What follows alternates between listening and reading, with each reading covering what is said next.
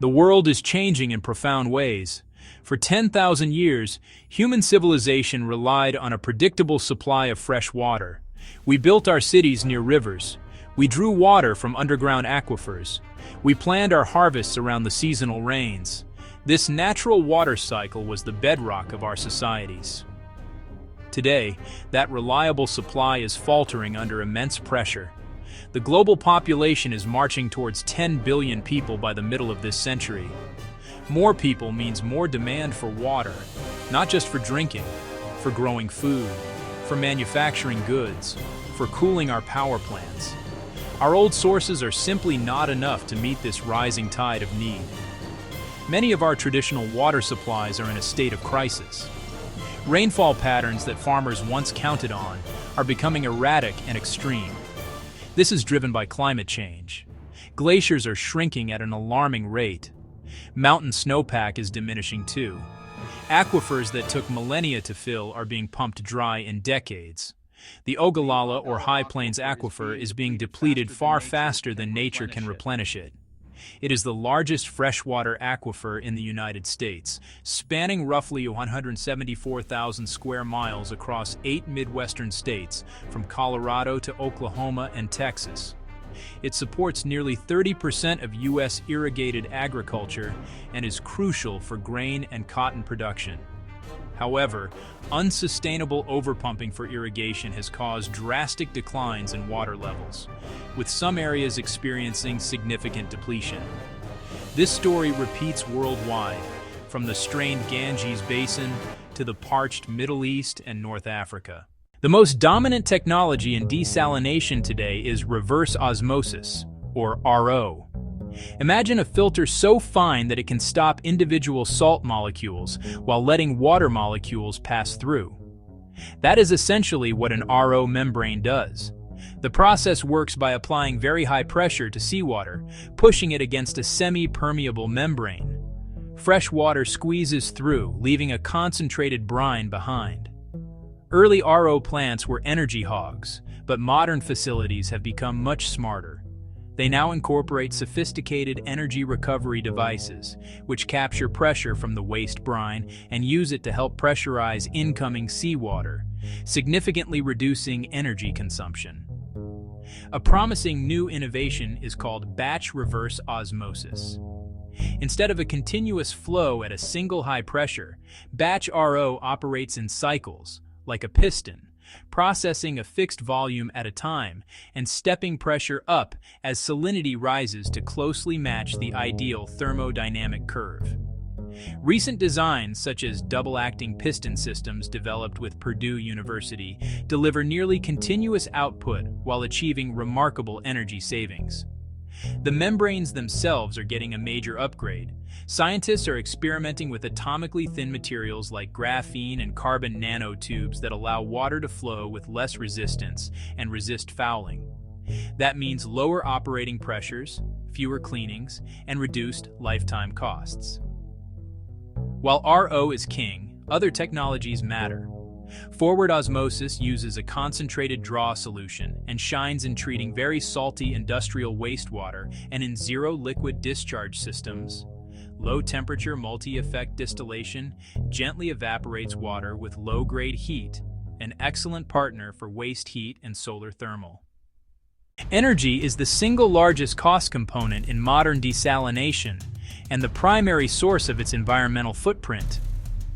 A desalination plant is a machine for turning energy into fresh water, so the kind of energy you use matters immensely.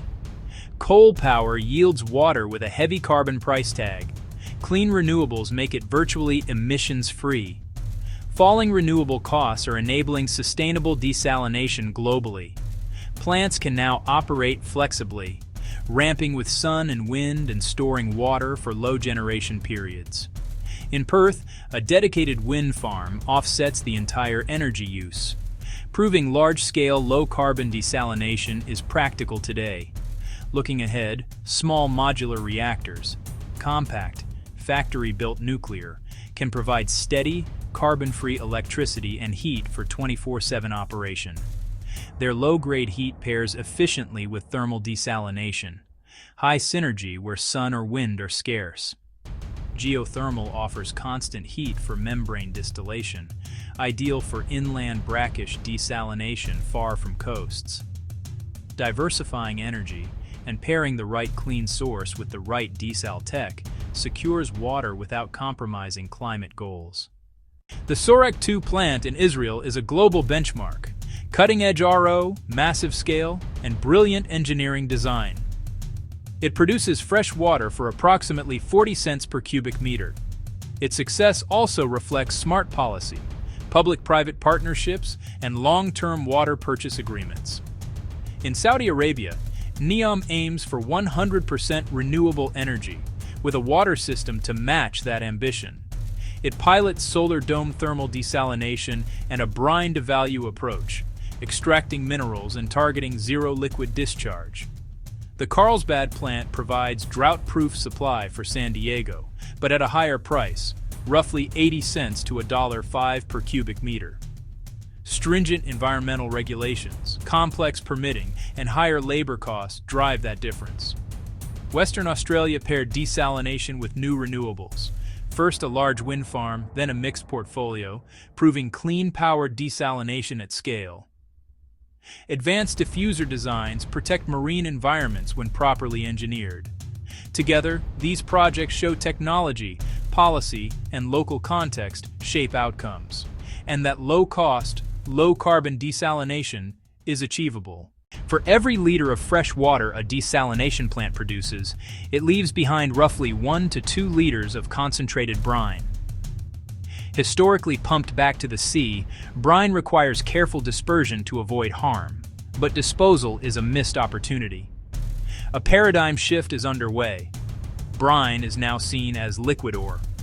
Concentrated seawater is rich in minerals, sodium chloride, magnesium, potassium, calcium, bromine, feeding agriculture, construction, and chemical manufacturing. Trace strategic elements like lithium, rubidium, even uranium can be selectively extracted as technologies mature. The idea, desalination first, then send brine to secondary processing to extract minerals one by one. If done efficiently, mineral sales could offset freshwater costs, making water cheaper for consumers. The end goal is zero liquid discharge, or ZLD, recover nearly all water and convert remaining salts into solid products. ZLD today is expensive and energy intensive, but in sensitive inland areas, it can be necessary. And as tech improves and mineral values rise, ZLD economics improve, paving the way to water, commodities, and zero liquid waste. Globally, agriculture is the single largest consumer of fresh water, about 70% of all withdrawals. That creates a challenge. Desalination has been too expensive for most conventional field crops like wheat, corn, and rice. The key is using high-quality, reliable water strategically, where it delivers the most value. The most viable applications are high-value, controlled environment agriculture, modern greenhouses, and vertical farms. Think tomatoes, cucumbers, peppers, berries, where every drop is precisely controlled and recycled. These operations supply export and premium urban markets, where reliability is paramount. A drought-proof desal source protects high-value crops from climate volatility. This model is already used in Almeria, Spain, and parts of Israel. Desalinated water can be blended with treated wastewater or slightly brackish groundwater to lower salinity and stretch supply. Longer term, biosaline agriculture cultivates salt-tolerant crops, halophytes, using brackish or even saline water for food, fodder, and biofuels. Coastal deserts can integrate water production, food production, and clean energy, reducing pressure on overburdened freshwater ecosystems. The evidence is clear. Our planet's natural hydrological cycle can no longer be relied upon. We must actively engineer part of our water supply. Desalination is the most scalable, mature tool we have. The technology is ready for massive deployment, but policy and finance need to catch up. A clear, actionable roadmap is essential for governments, investors, and communities.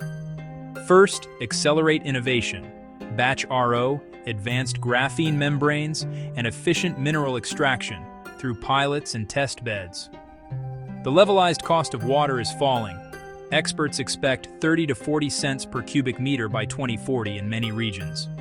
Second, integrate desalination into a clean energy future. Streamline permitting for solar, wind, SMRs, and geothermal. Mandate brine management and mineral recovery. Turn waste into revenue. Keep rules robust but clear and science-based. Finally, build bankable PPPs with long-term purchase agreements and sovereign or multilateral support.